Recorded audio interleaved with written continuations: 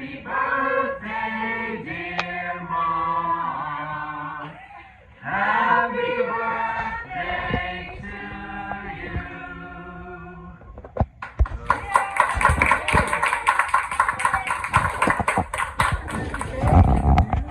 I frosted it. The Penleys. All right, Penley. Beautiful. Oh, yeah, someone taking pictures. You gonna blow it out, Mom? Oh. I don't have to. Don't Oh,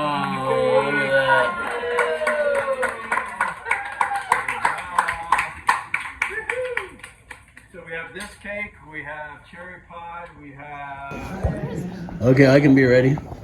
Okay, we're gonna start, whoever's not in here.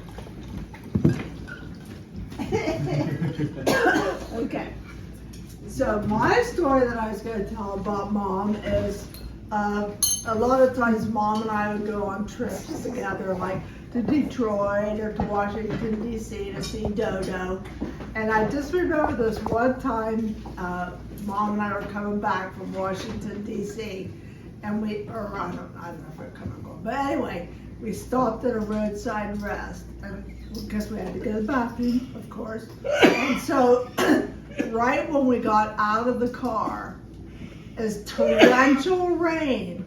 And you know, when you've been driving in the car for 2 hours, it's not that easy to just jump out and run into the roadside rest. It says torrential rain, and I get behind Mom and I'm pushing her into the building. And we're laughing so hard because we got drenched. And then I'm pushing her into the building with the roadside rest. That's my story. So how old were you, Greg? I'm pretty sure I was married, so I was probably about 50. Okay. Okay, are we going by age? So we can go however you look at that. My story about Mom is when I was about 10 years old, Mom took me and only me to see Agnes Moorehead at Seacrest Auditorium in Zanesville. You know, she was in Dora on the Bridge, which was my favorite show.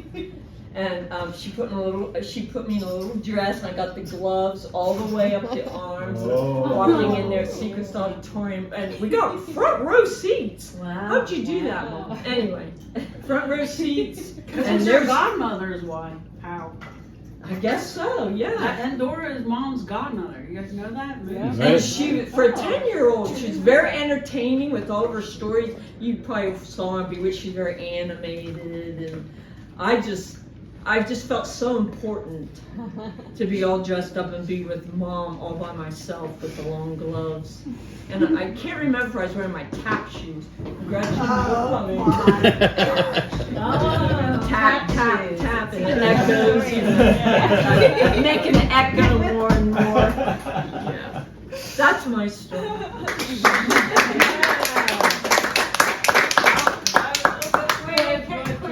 Quick question. No.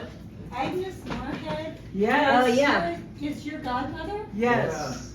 That's I unbelievable. know. Get a little more Her respect husband now. was too. Jacqueline, who was a friend of my mom and dad. Wow. She's my friend though. He was a friend of their mom and dad. Impressive. Okay, Francie. All right. I have things to remind Mom that happened. Then I'll wrap it up with the story.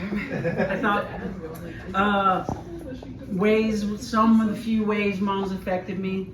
The poems that we treasure. Both my kids bring that up all the time about the poems. They love the poems.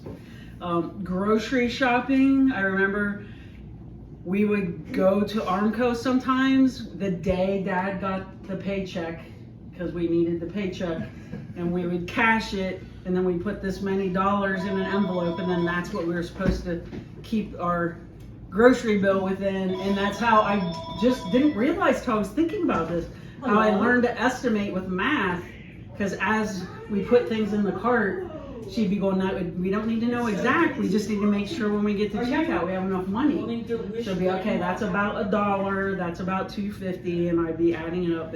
We used to do that, just you and me, a bunch of times. I'm sorry, Francie. I'm sorry to interrupt, but This is Brian. calling from Okay. the This is Brian, Mom. Thank you, Francie. Sorry to do that. Okay, I'm taking you over to Grandma. Okay, Mom. Brian wants to wish you happy birthday. Hi, Bri. Hey, Grandma, happy official birthday. Oh, thank you. I appreciate that. Where are you? Tom, your dad wants to know where are you? Yes, I'm Central Illinois. It's a small town called Mount Vernon, but I got a Oh yeah. performing arts center here. Mount Vernon, Illinois. I know Mount Vernon, Ohio. Anyway. Yeah, I don't know how many Mount Vernons there are. Right? Like one in every state. Hey, Brian. Thanks for calling. Birthday, Grandma. Happy birthday, Grandma. Bye. Thanks for calling. Happy birthday, love you. Bye, everybody. Love you. Love you. Bye. I feel like I'm at the Oscars when they say you want it, you're in the bathroom. I'm like, oh no, Brian's saying goodbye. Okay, so there was that. You remember, Mom, going to the grocery and having to make sure we had enough money to check out? Okay. I think the only time I have had a hot toddy was when I hurt my toe in high school. And you gave me a hot toddy because I couldn't sleep. You're like, do you want a hot toddy? And I'm like, I don't know, what's a hot toddy? And then I think about an hour ago, I was like, please give me something. And it was in the middle of the night by then that the pain got so bad because it was some real old-fashioned desk fell on my toe. And it was a whole huge ordeal for weeks. But for that first night, it was a lot of pain. And I don't know why we didn't have ibuprofen or something, but anyway, I think We had hot toddies. Hot toddies are more tasty. yeah. Then I was able to sleep. Didn't Dad do the drill bit? Yes, Dad did the drill bit. Because we were like, well, we can't wake up Dad, because that's an unspoken rule. So in the morning when Dad woke up, then he drilled into my toe and it released all the pressure. Yeah, tell me about it's a bloody story. It's The very blood bloody. just spurting out. That's a thing. Yes, So- I've heard of That's it. a real thing? Yes, I didn't know that if you was like a slam thing. your finger on a car door and it Yeah. like swells up, you can like It drill fills into under it. the nail with Yeah. all this pressure. You don't use a power drill, you just Yeah, it is a No, pain. I didn't know that was a thing people did for real. I know. It sounds like something. Francie, do you remember giggling and laughing because after the hot toddy? And Oh, Dad I was doing forgot that? about that. You were giggling and laughing. And Oh, I was. Because I think I had one in the night and then one in the morning.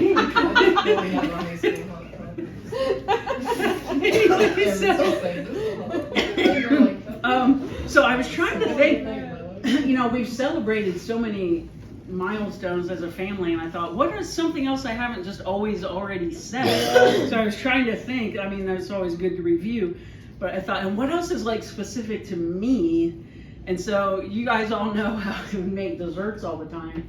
And like, Mom, you always, that was always like an open book versus most stuff in my life. It was like, well, that's too expensive. We don't have the materials, that won't work.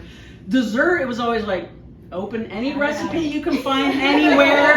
And it never even occurred to me that some ingredients were really expensive till like I grew up, and then it was like, oh my gosh, if I'm gonna use that ingredient and double batch, it's gonna be a bunch of money. It's like, Mom, I knew we didn't have alias the earlier conversation about the grocery. She was always good about that. So I made all those desserts. And then it was so funny, one of the things I put on here is about planting flowers. And when I got here, I was sitting on the porch talking to Mom, and she's like, tell me about your flowers. Are you planting any? What are they? And I thought, well, this was on my list to talk about. Because she encouraged me to pick out flowers for the back flower box. So she's like, that way, no pressure. It's in the back. Anything you want to do, you know, who cares if it doesn't work? So that was cool. And then once I was in my own home, one day she showed up with 2 pots of geraniums and whatever that cool greenery in the middle was. And she bought me pots and brought them with flowers and was like, here, maybe you'll like this. And I still plant flowers in those pots and have a flower box now. And thank you very much for that, Mother. Mom taught me it's better to have one really good clothes outfit than a whole bunch of just shaky ones. Barb taught her, she goes, I know you feel like you went to this school event and the next one you gotta have something different. But as long as it's good outfit, you can repeat it. And that wasn't just her. She'd say, my mother, was Hootie Tootie, Agnes Moorehead, all that. So that's a thing. I learned about how to set a proper table, and that's a thing. Whenever we get together, it's like, where do you play? And sometimes you encounter people in life, and they won't know where stuff goes. And Mom would always talk about like other things where she'd say, now around the house here, it doesn't matter, but just so you know, here's the proper thing you're supposed to do. And thank you for that. I sometimes need to be proper. And then you may recall there were years while I had little kids, Mom would drive herself to my house in Galena. Cool. And then I'd be working and kids and whatever, and like Kem would come home from work and I would come from my desk and she had made this food and Kem would go, wow, did we have this stuff or where'd this come from? I'm like, I don't know. She rummaged around in the cupboards in the freezer and produced this. Kem would always, right? You go, how, what? Somehow we have au gratin potatoes and like all this stuff. It's like, I feel potatoes. So that was very cool. Okay. Couple other things. I think of Mom, faith, and that it is real and true. It is not for show. And so it's making me cry because we all know Dad got really religious in his later years. And I love that how Mom would go, I don't know, you pay the church this money and you get time off purgatory? Sounds shit, and so I always thought how Mom, even though she's such like, tends to want to follow rules, she wasn't afraid to be like, that sounds sketchy to me, but I don't know. That's between people and God, whatever. But so, and then tying to that, when I think of Mom, it's like you seek to understand other people and with empathy. And I get that feedback, like with my coworkers especially. Most people are not really nice in pharma. And they'll be like, man, you actually really care about people and you're trying to understand where they come from. And whoa, where'd you come from? And I thought, I got that from Mom. She's always like, well, I think they're going through this or going through that. Or she'd say, I know from all you kids, you have different personalities and people handle things in different ways with different personalities. And so thank you for that, Mother. And so tied to that is I know you wanted to make the world a better place, and you did. I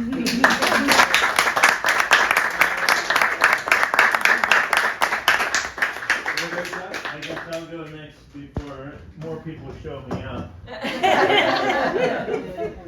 Because when I heard what we were going to do today, I said, well, I got to think of something that hasn't been said over and over and over again, which was a challenge. You can. I'm like, so, living out of state, right, my experience is a little bit different. Right. We got the Saturday morning phone calls. That's kind of the foundation of our relationship since I moved away. But so I was just thinking about, I always felt like Mom always pushed the limits to help her kids develop to be their best, right? There was Bishop Sheen, and then there was Power Positive Thinking when that Dale Carnegie, and then Prevention Magazine, right? She was the one that got me into the health kick before anything else, right? She was the one to say, you could eat better, you should eat. She'd try to sneak in the skim milk, right? Mix the skim milk with the whole milk. And, I forgot about her doing all that stuff. Sneaking tofu in. Yeah, the whole wheat bread. Right. Like, here's some really light whole wheat bread. Maybe if I toast it, they won't notice. Right. Half the time we didn't taste the difference. But I know, but we didn't. We were Third scared. generation. That's fair. Yeah, but still. and I remember when I was a freshman in college, my first serious girlfriend broke up with me. I remember sitting on, wasn't this couch, but sitting on the couch next to Mom, and she said, "How are you doing?"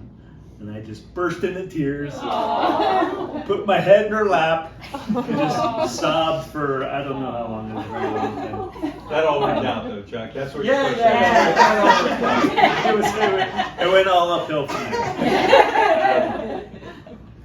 And so I was just trying to think of material for standing up here and talking. I was going through some old letters that you had written, and I found one was Aunt Francie had just passed, and you had her funeral, and you were writing in your letter that Dad and all my siblings got up and sang, in the church, sang with the Our Father, and how beautiful it was. And you wondered if maybe we could do the next bash in the church, that the priest might not be too happy with Dad singing 7 beers with the wrong woman on the altar.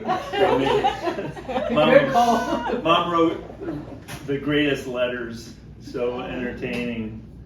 And living in Michigan, where Uncle Bill and the Webbers lived there, whenever she would come up, it was always kind of a thing of, do we tell Uncle Bill we're coming, or can we sneak out the back without him finding out? Because if he knows we're there, he dominates the whole weekend. And we end up, you have to come over to our place, and then we're there the whole time, and we don't get to visit with Chuck and Ann and their family. So that was always a thing, was how do we handle Uncle Bill? So then we just... Yeah. No one ever did figure out. How are we gonna handle it? So then we just told him to move to Seattle, and that took care of it. That's my story. Paul, I know you made the video. Do you have anything you want to say? The love and the care and things that your mother has didn't stop here. It was in the whole neighborhood, the kids, the community, the things that they did for other people. We all looked up to the Quinns because, for one, they didn't get whipped. Like, how'd they get away with that? Your dad would always have a quick comeback to you, a little joke that let you know he wasn't happy, but it was not going to be the end of the world about things. And they really kind of taught us that you can work things out without anything like that. But it was always fun to be around you guys, and you had wild imaginations. Every one of you, and it was all different. Thank you.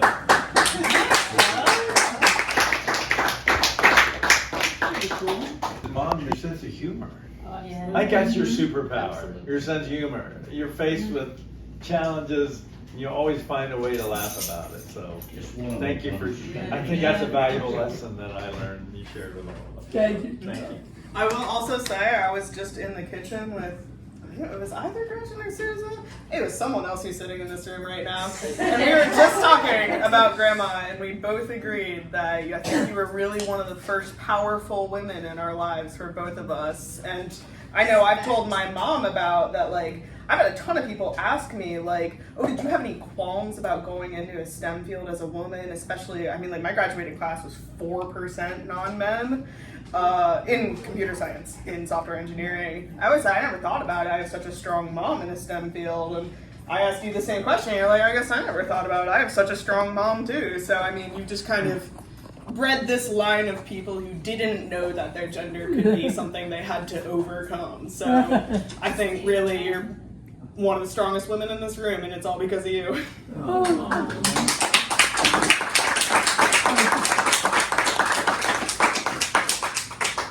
You want to say anything, bud?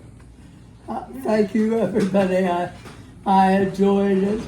I was very complimented by it. And you all showed me your sense of humor, which I love such a Now it's time for music on the porch. Yeah. Happy birthday, Mom. Happy birthday, Mom.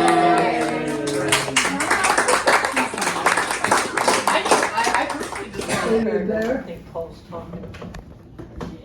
Did you see it today? From Clint Weber to mom, right? Yeah. I love you so much. Could I buy a boozer? Yeah. Or actually, it's kind of funny. Why don't you start here, because that's a joke. That looks like that would have been.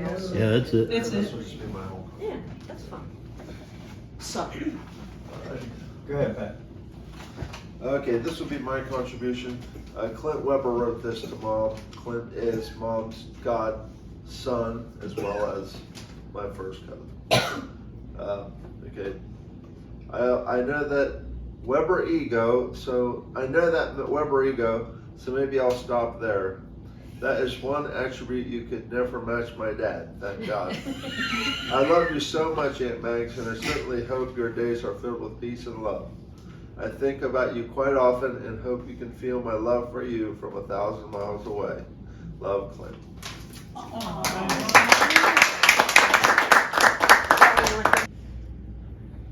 I need makeup. You're good. We agree. I thought you already did that. Well, I want to say happy birthday, Mom, but then I'm like, what is it, Mom? I mean, she's always Mom to me, but she's also Mags, Margaret Ann, Barbara, or Bud. It's like, really, she's all these. A great mother and a great friend when you need one too. But I thought, well, why should I worry about her name? She doesn't know mine. She's like, hey, Gretchen, Tom, Carolyn, Charlie, who are you anyway? Don't lie, because I'll find out who you are. There's ways of finding out. You know what? Never mind. We can kill you, make another one look just like you. We won't even miss you. We'll give you a whole new name. But what a legacy, Bud. 7 kids. Is it 9 grandchildren? I was trying to count. Yeah. Math I think is not so. my strong suit. 9 grandchildren. How many step grandchildren? Oh. Oh, right. Anyway, one of my earliest memories with Mom is riding in the car with Mom and Barb, my grandmother. They were both smokers at the time. I wasn't school age yet, so I don't know how old I would have been, 5 years old or something. And we get in the car out where we're going some blind adventure out Maple Avenue, I'm sure. And we get in, Mom and Barb both light up their cigarettes. And man, it was choking me to death. So I cracked the window. They're like, put that window up. We want no oxygen in here. We'll have no breathing. That's when I first started weaning myself off of the oxygen. Some of you know, I realized I've had this lifelong addiction to oxygen. And so I realized it was a problem, so I've been trying to kick it. So I've been weaning myself off. It started when I was 5, but kind of seeing it through now. I'm taking every other breath. I'm going to take every 3rd breath. You know, you get the idea. Anyway, but big thing I remember growing up here with Mom is I had a hot breakfast every morning. Eggs or toast, cocoa, something. Always a hot breakfast. And, you know, when I was a kid, I kind of took it for granted, but after you get to be a parent, you're like, damn, Exactly. that's impressive. Right, you're right. 150 kids. You're right, I I'm making a hot forgot. breakfast. Yeah, and do you want French toast? Do you want, Right. what do you want? This is Right, on a that's school pretty morning, special. too. That's pretty special. But, you know, some of you might remember when I was real young and I didn't know how to pronounce my R's correctly. They would come out like a W or something. Yeah, so Mom taught me how to speak accurately, which is kind of ironic when you look back now at all her misspeaks. You know, like the hair blows and the cable jumps and the vuja day, vuja vu. Kind of ironic she taught me how to speak accurately. Yeah. But anyway, also never understood the cliche she used. You know, if you don't know, I'm very literal. Very literal. So you can imagine me at like 5 years old, Mom telling me, you're cutting off your nose to spite your face. It's like, I don't know what spite my face means, but I'm not cutting off my nose. You're crazy. Or your eyes are bigger than your stomach. I'm like, I ran to a mirror. I'm like, Really? that doesn't look bigger to me. I didn't know. It freaked me out for a long time. You know, as a kid, you don't understand those expressions. But she did have some really valuable expressions that we still recite today, like in front of ladies. Right. I use that one even for Andy and Joey. And of course, everything I am, I owe to my angel mother. Yes. She drilled that into me. Mm-hmm. And I thank my mother for my true blue eyes. Right. Mom always rehearsed that with me. Eh. I remember I was going to go off to college, and I said, Mom, you know what? I'm worried when I move away, I'm not going to remember when your birthday is. So she went on about a 6-month training program. Paul, how many eyes do you have? 2. I forget what the Q was for 6, but how many siblings do you have or something? 6. Maybe. 26. Okay, August 26. I finally got it, Mom. Yeah. Finally got it. Smart. Here's after his mother. Yeah, I had another thing I always remember from when we were kids is Mom would want us to clean, and of course we were always all about that. She'd just say, I'm just going to put on the side of a Beatles album. Just clean as long as the Beatles album plays. That's right, I forgot. Whistle while you work. Whistle while you work. Right. She tried everything. And she'd have a job list. You remember when we pick a job? Yeah. I think I always got. You were always last. You were always And it was last. always like the bathroom floor or something. Yeah, it's- kitchen floor. It was between you and me. Right, Yeah. it was between Like the if two we of were you. asleep. Right, that was how you were supposed to get up. The earlier you got up, We the got more up, choice delivered of the jobs. paper out, and then went back to sleep. Exactly. Right. So, And then we had the thing where we took turns picking the meal for dinner. oh yes.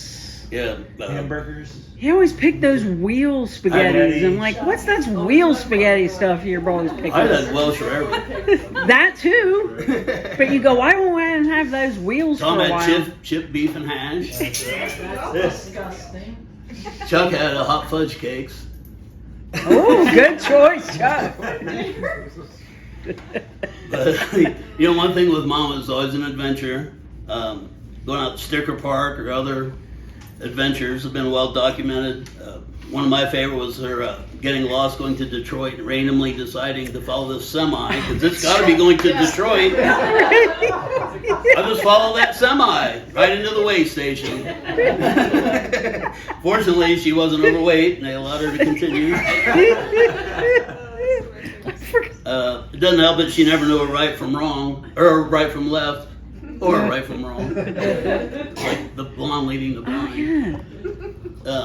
But I remember the story of the time her car broke down and some guy stopped to help and she's like, yeah, can you help me? I don't have triple L or anything. Triple L was the bar. You don't have triple L? Yeah, we're in trouble now. I got triple A, but they won't bring us beer. Oh, do you remember? She'd always say, right or left. She'd go, wait a minute. Oh, Right. my wedding ring's on my left hand. My left hand. That's the exactly. only way she knew, was the wedding ring was on the left At hand. least she figured out a plan. Yeah. I still do. Give her credit for that. Really? Oh my gosh. It's hereditary. Whoa. All right. I'm dyslexic. And for those who are following the Less program. basic. Okay. But I did want to say Mom and Dad were always great about, I think, nurturing each of us to be whatever we wanted to be. Whether it was the school play or sports, music performance, whatever, they were always there. Always make sure we get to practice and the shows and be right there every time. And I learned that that's pretty rare, actually. So, and our prime party days, Chuck will remember, we'd hang out here with like Hall Boy and whatever other troublemakers we could drum up and party with Mom and Dad till like 10 o'clock. Then they go to bed and we'd go out. But that was the weekend ritual. We'd sit around BS with Mom and Dad. And, Then we come back and have pizza or subs or something. Mom would have the next day's dinner pre-made in the refrigerator. We come home at 3 in the morning and eat it all. But we leave a thank you note. That was Chuck's fault. He's such a bad influence, You were so innocent. I know. Well, I'm usually drunk and I went on the bed. But yeah, Mom, your Mom, your Mag, your Margaret Ann, your Barbara, your Bud, you're everything, and a great friend. And thank you.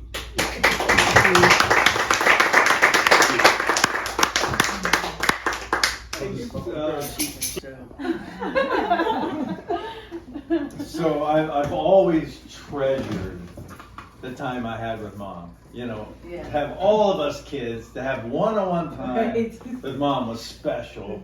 So I mean, I'd even go to church with her, so I could just be me and Mom. So those times were special. So there was a time later in life that, and this to this day continues, where commonly we go to Stratford Theater Festival with Chuck and Ann. And one year, Susan couldn't go because her mom was in a terrible car accident, so she was with her mom. So I said, I'm going to invite my mom.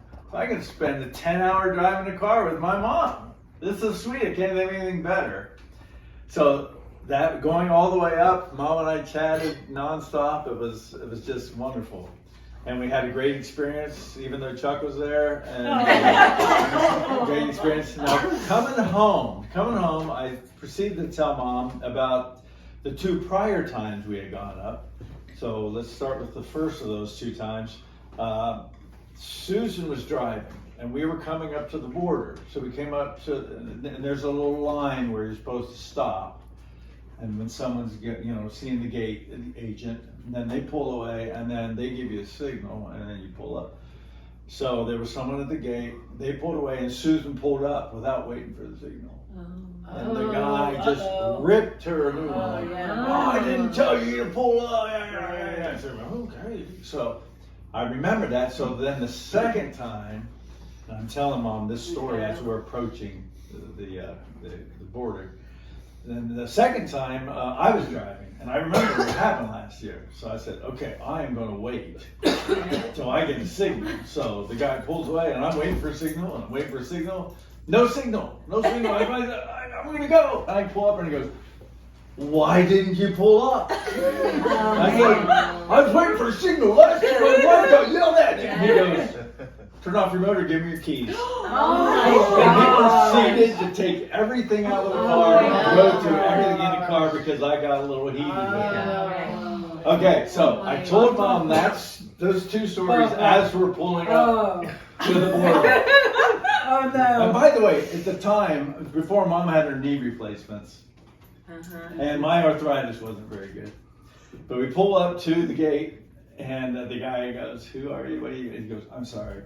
I'm going to have to ask you to pull over. Oh no. I go, what? Sorry, random selection. Yeah.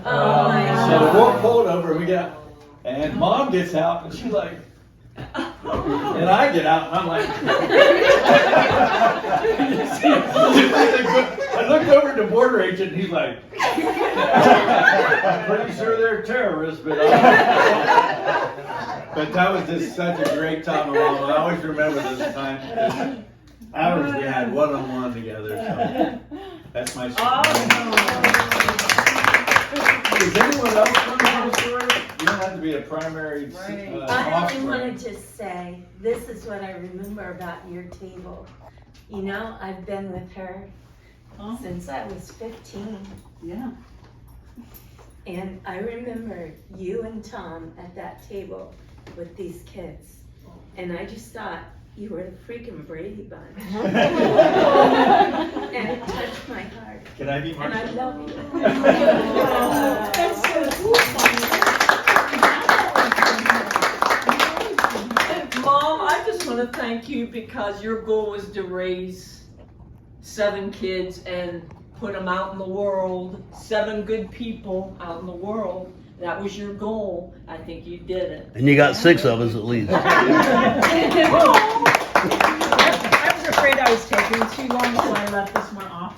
But this is a good story.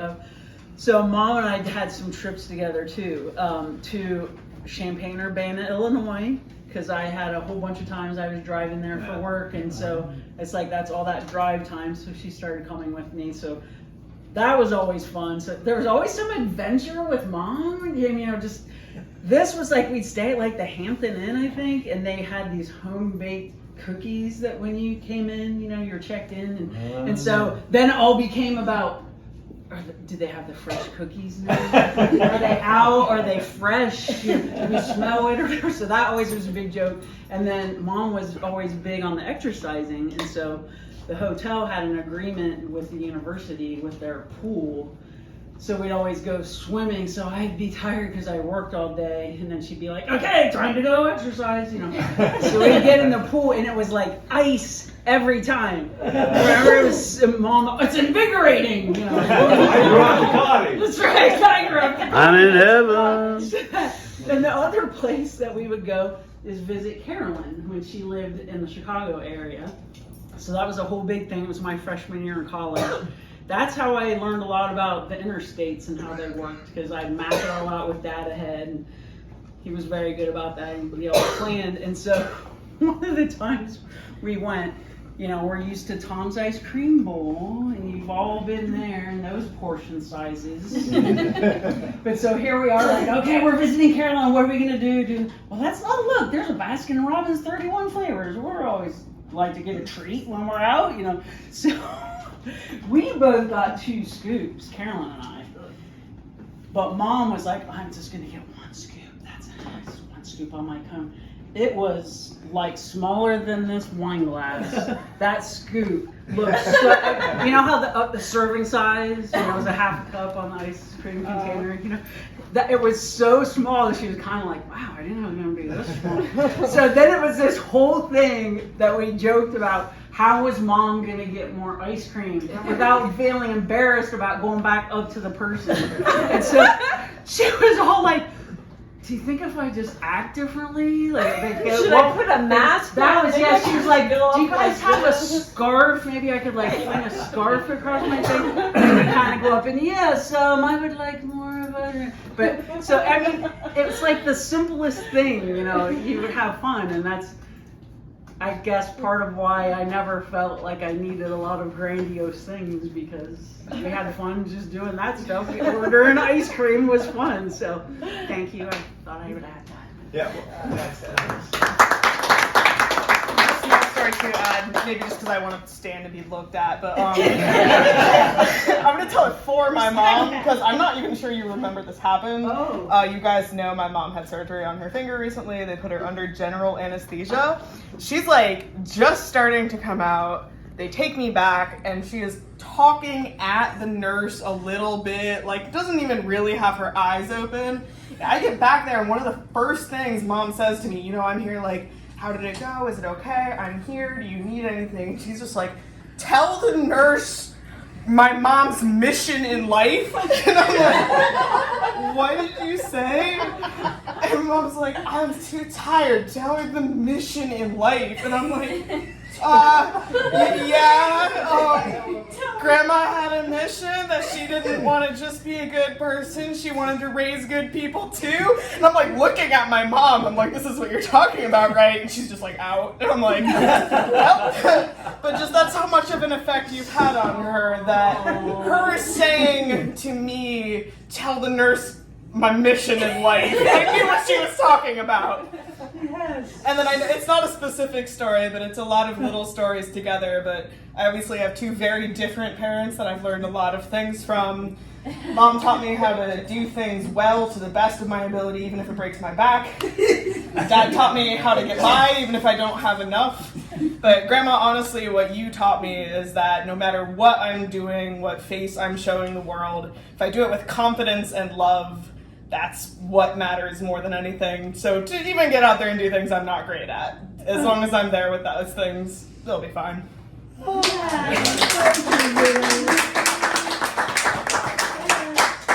else want to say anything? I have a short story later. Yes, Dave. Let's go. So I learned something about Mags when I tried to play a joke on her. Somehow I had this wooden egg that looked very realistic. And I was like, I'm going to put it in her refrigerator. See what kind of reaction I get. So nothing happens that weekend, so I go home. It's like weeks go by, and I was like, well, this was a miserable failure. But then we come back here, it's like, I'm going to see what's up with that egg. And I go in there and get that, it's still in there, but it is beat to hell. And there's got to be 20 dents. Any bad I was like, oh my gosh, you beat this thing. And I realized it's like, this woman has too much on her plate. She doesn't have time to sit there and worry about why this egg's not breaking. She's got to try and convince her kids that Sticker Park is fun. Susie, whatever her name is. Bell Jones. Susie Bell Jones is a bad example. And Dr. Mumma is not really necessary. So I learned a little bit.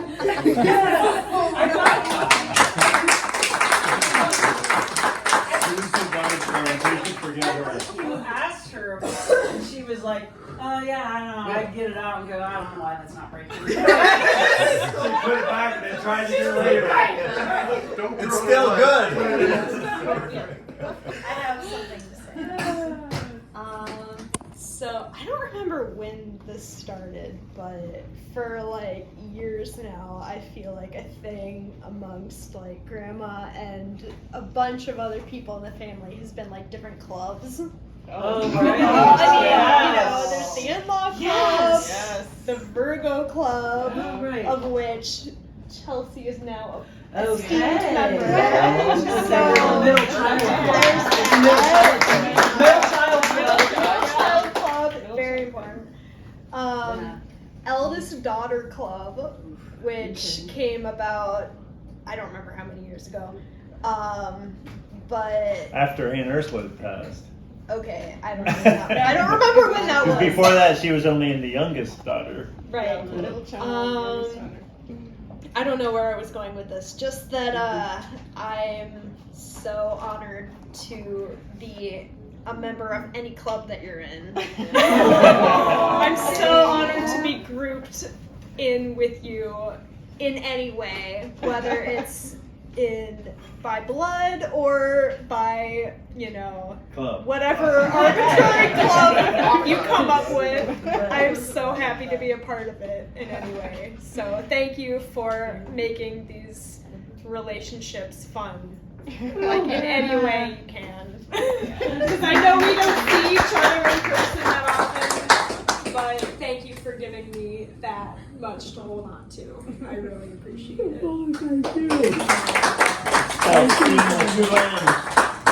Mary and Margaret. There you go. I have something that I'd like to say. This was Brian. This has to do with how Meg's related to our children, and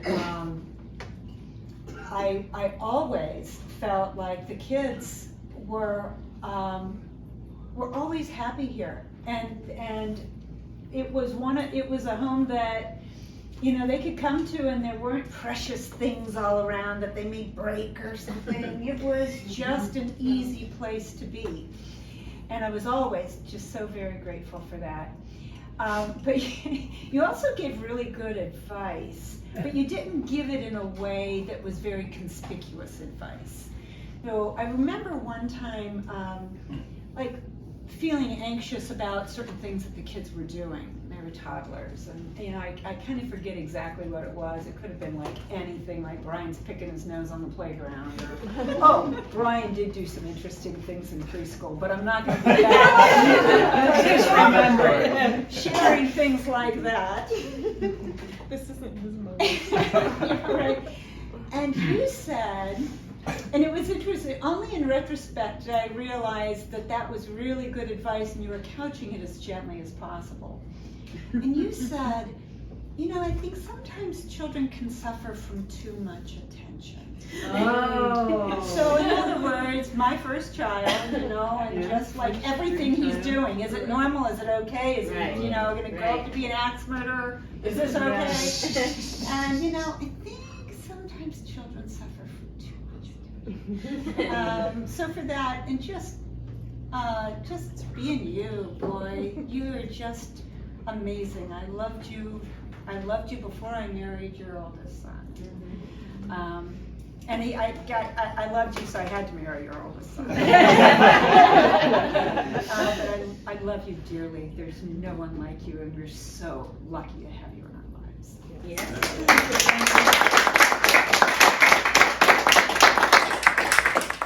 Anyone else? You're the last one. Oh, but I was the last one. That's when I screwed away. Don't worry, I'm not gonna try and kiss you. Oh my God. Yeah,